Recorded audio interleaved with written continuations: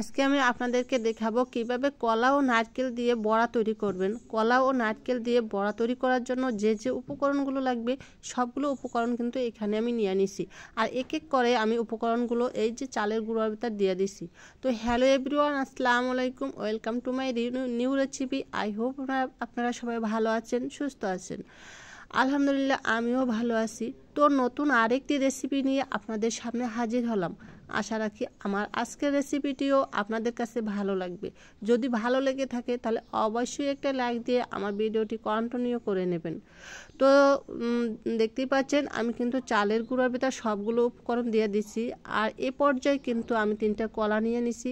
কলাগুলোকে ভালোভাবে ছেনে হাত দিয়ে তারপরে এখন আমি গুঁড়োর ভিতরে দিয়ে দিলাম। পরিমাণ মতো লবণ দিয়ে এখন হাত দিয়ে আমি আবারও ভালোভাবে মিক্সড করে নিচ্ছি।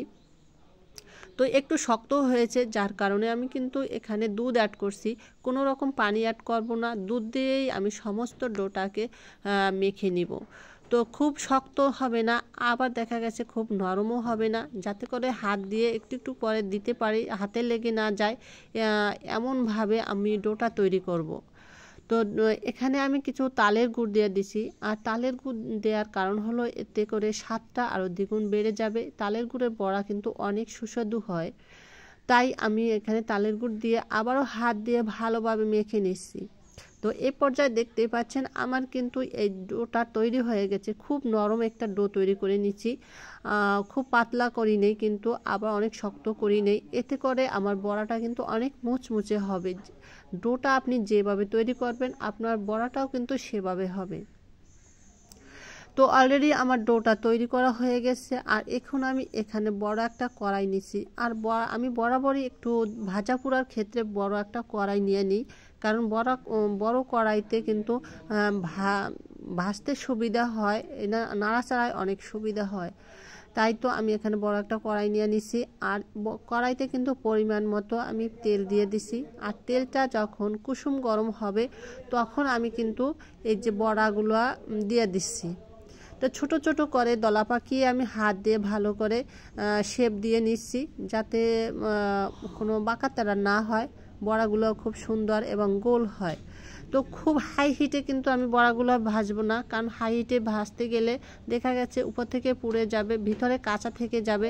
সেক্ষেত্রে আমি যদি লো হিটে এগুলো ভেজে নিই তাহলে বড়াগুলোর কালারও অনেক সুন্দর আসবে এবং ভিতরে কিন্তু কাঁচা থাকবে না, সমান হবে। ভিতরেও দেখা গেল বড়াটা হয়ে যাবে, উপর থেকে কালারটাও অনেক সুন্দর আসবে।